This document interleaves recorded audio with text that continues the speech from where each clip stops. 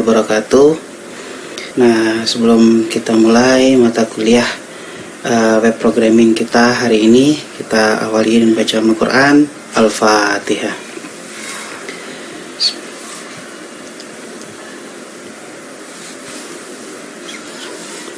Oke.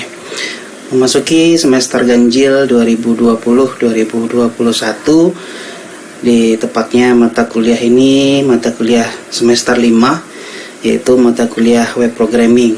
Nah, saya dipercaya untuk mengampu mata kuliah ini selama 1 semester atau 16 kali pertemuan.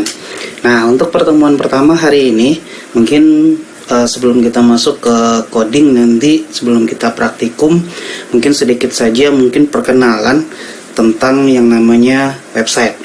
Nah, di semester 4 kemarin Ananda semuanya sudah belajar tentang web design. Tapi web design yang dipelajari itu mengarah ke website statis, tidak ke website dinamis. Nah, jadi untuk semester ini kita akan belajar tentang yang namanya website dinamis. Nah, saya mulai. Materi yang akan kita bahas hari ini itu kita bicara tentang apa itu website, kemudian jenis website, kemudian apa saja istilah yang ada di dalam website, dan terakhir kita bahas sedikit tentang yang namanya domain. Nah, untuk yang pertama kali ini kita masuk ke apa itu website.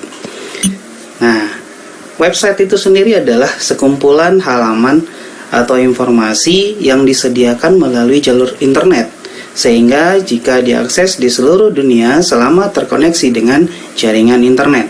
Nah, jadi yang namanya website, apalagi kalau sejak kita banyak aktivitas secara online sekarang, website trafficnya makin tinggi. Nah, jadi bagi mahasiswa yang mengambil mata kuliah ini, itu akan sangat berguna ilmu tentang web programming ini nantinya. Nah, kita coba lanjut. Sekarang apa saja jenis website itu? Nah, jenis website itu secara umum digolongkan menjadi 3 jenis. Nah, yang pertama ada yang disebut dengan website statis. Nah, website statis itu sendiri adalah website yang memiliki isi tidak dapat diperbarui. Nah, biasanya website statis ini adalah company profile atau yang disebut dengan perusahaan, website perusahaan. Nah, website perusahaan biasanya sifatnya statis karena hanya berisi company profile atau profil-profil perusahaan saja. Nah, mungkin di web design semester kemarin belajarnya lebih ke website statis ini. Nah, kemudian yang kedua ada yang disebut dengan yang namanya website dinamis. Nah, website dinamis itu merupakan website yang didesain agar isinya yang terdapat dalam web tersebut itu bisa diperbarui secara berkala. Nah, jadi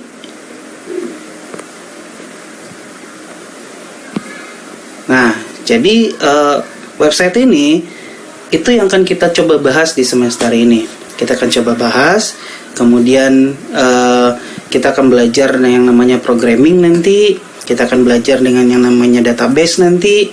Nah, jadi diharapkan output dari mata kuliah ini Ananda semuanya bisa menciptakan sebuah website yang dinamis. Nah, kemudian yang ketiga itu adalah disebut dengan yang namanya website interaktif. Nah, website interaktif itu saat ini itu juga sangat banyak diminati. Nah, dulu ada yang namanya blog, ada yang namanya forum, di mana di website interaktif ini itu ada yang namanya feedback atau timbal balik antara orang yang membuat konten dengan yang membaca kontennya. Nah, ini juga masuk kategorinya adalah sosial media. Wah, banyak sosial media sekarang. Mungkin Anda semuanya aktif di sosial media, Facebook misalnya, Instagram misalnya. Nah, semuanya itu disebut dengan website interaktif. Nah, website interaktif sudah pasti dia menjadi website dinamis. Nah, jadi kalau ada yang berminat mau bikin sosial media sendiri, wah, lebih keren pastinya. Nah, kemudian kita coba lanjut. Ada beberapa istilah yang ada di dalam website. Nah, istilah di dalam website itu banyak sekali. Ada yang disebut dengan, pertama ada yang namanya address bar. Address bar ini tempat kita tuliskan yang namanya URL, menuliskan URL, alamat dari sebuah website. Kemudian yang kedua ada yang namanya bandwidth. Nah, bandwidth itu apa? Itu adalah ukuran dari transfer data. Nah, dengan kondisi online sekarang ini, itu bandwidthnya itu para operator atau provider jaringan seluler itu menyediakan bandwidth itu besar pastinya, karena kebutuhan dari masyarakat juga sangat tinggi. Nah, kemudian ada yang namanya CSS. CSS singkatan dari Cascading Style Sheet. Nah, biasanya itu digunakan untuk membuat website agar tampilannya lebih menarik pastinya. Nah, kemudian yang keempat itu adalah domain. Nah, domain itu bisa disebut dengan alamat dari sebuah website. Nah, jadi biasanya alamat website itu dalam berupa IP atau internet protokol. Nah, sekarang dirubah menjadi namanya. Ya, contohnya misalnya domainnya ekaprajawm.web.id. Nah, itu yang disebut dengan domain. Kemudian ada yang namanya FTP. FTP adalah File Transfer Protocol. Nah, biasanya digunakan untuk mentransfer file dari klien ke server.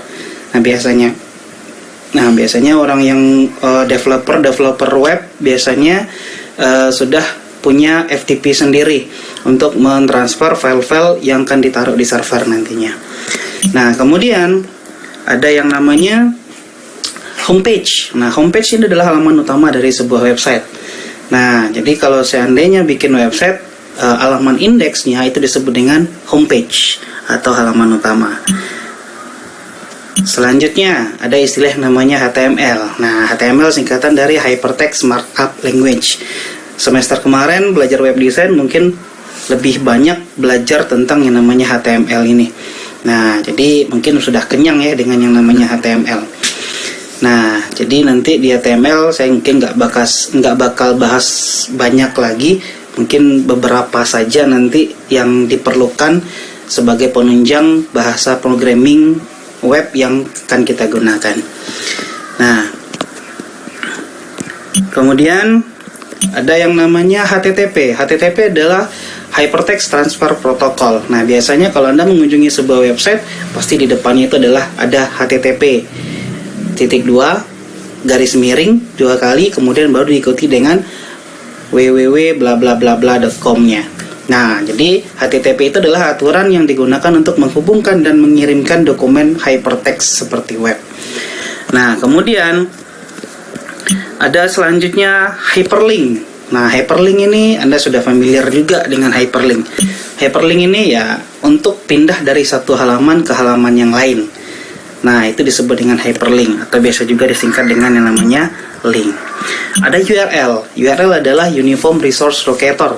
Apa itu? Nah, ini adalah rangkaian karakter menurut suatu format standar tertentu yang digunakan untuk menunjukkan alamat sebuah sumber seperti dokumen atau gambar di internet. Nah, ada juga yang bilang adalah URL-nya adalah alamat dari sebuah website. Oke. Kemudian www atau www disingkat dari World Wide Web. Nah, merupakan layanan internet berbasis hypertext yang digunakan untuk menelusuri sumber-sumber dari internet. Nah, kemudian ada W3C atau World Wide Web Consortium. Nah, ini merupakan sebuah konsorsium yang bekerja untuk mengembangkan standar-standar. Nah, di mana nanti inilah yang teknologi yang dikembangkan oleh W3C ini, yaitu URL, HTTP, HTML. Pokoknya yang kita gunakan sekarang itu dari konsorsium inilah yang mengembangkannya. Nah, terakhir ada yang namanya What You See Is What You Get. Nah, ini biasanya sebuah editor yang digunakan untuk agar apa yang kita tulis, yang kita inginkan itu tampil seperti itu di webnya. Nah, bila bisa dicari nanti editor dari What You See Is What You Get ini. Nah, kemudian masih banyak istilah-istilah lain lagi di internet nantinya yang berhubungan dengan yang namanya website. Nah, silakan nanti browsing cari tahu sendiri ya. Nah, kemudian kita coba bahas tentang yang namanya domain. Nah, untuk domain sendiri, domain adalah alamat dari website. Nah, sebenarnya alamat dari website itu pada dasarnya berupa angka-angka yang biasanya disebut dengan IP atau Internet Protocol. Nah, itu sebenarnya adalah alamat domain. Contoh sederhana dari sebuah domain itu adalah www www.ekaprajawm.web.id. Nah, jadi untuk domain sendiri ada dua bagian nih. Ada yang disebut dengan GTLD. Apa itu GTLD? Nah, GTLD adalah generic top level domain. Nah, mungkin ada yang pernah tahu tentang yang namanya .com, .net, .name, .edu, .tv dan lain sebagainya. Nah, itu disebut dengan generic top level domain. Nah, mungkin juga ada yang bertanya tentang yang namanya .co.id.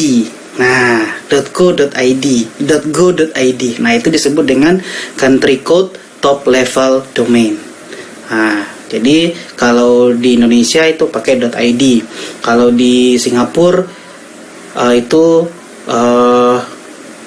.sg kalau saya nggak salah. Jepang .jp. Inggris.us. Nah, jadi itu nanti yang disebut dengan country code top level domain.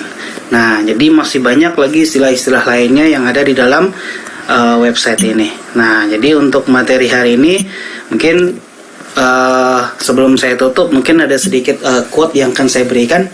Nah, di sini ada quote-nya, kalau kamu tidak mengejar apa yang kamu cita-citakan, kamu tidak akan pernah mendapatkannya. Nah, jadi ini quote yang menurut saya bisa jadi motivasi lah untuk kita semua nantinya. Nah, terakhir terima kasih atas perhatiannya. Dan satu lagi, alhamdulillah untuk web programming saya sudah ciptakan sebuah buku ini. Bukunya judulnya adalah Web Programming Project EPWM Forum. Nah, nanti boleh silakan cek bukunya di alamat www.ekaprajawm.web.id/buku. Nah, jadi kalau seandainya ada yang berminat, boleh hubungi saya langsung. Nomor saya ada di situ, via WA boleh, via telepon boleh, silahkan. Nah, nanti komunikasinya via nomor di situ saja. Oke, terima kasih untuk pertemuan hari ini. Kalau ada yang berminat, boleh hubungi saya langsung ya. Bukunya ready stock. Oke, terima kasih. Kita akhiri kuliah kita hari ini. Kita tutup dengan baca Al-Quran. Al-Fatihah.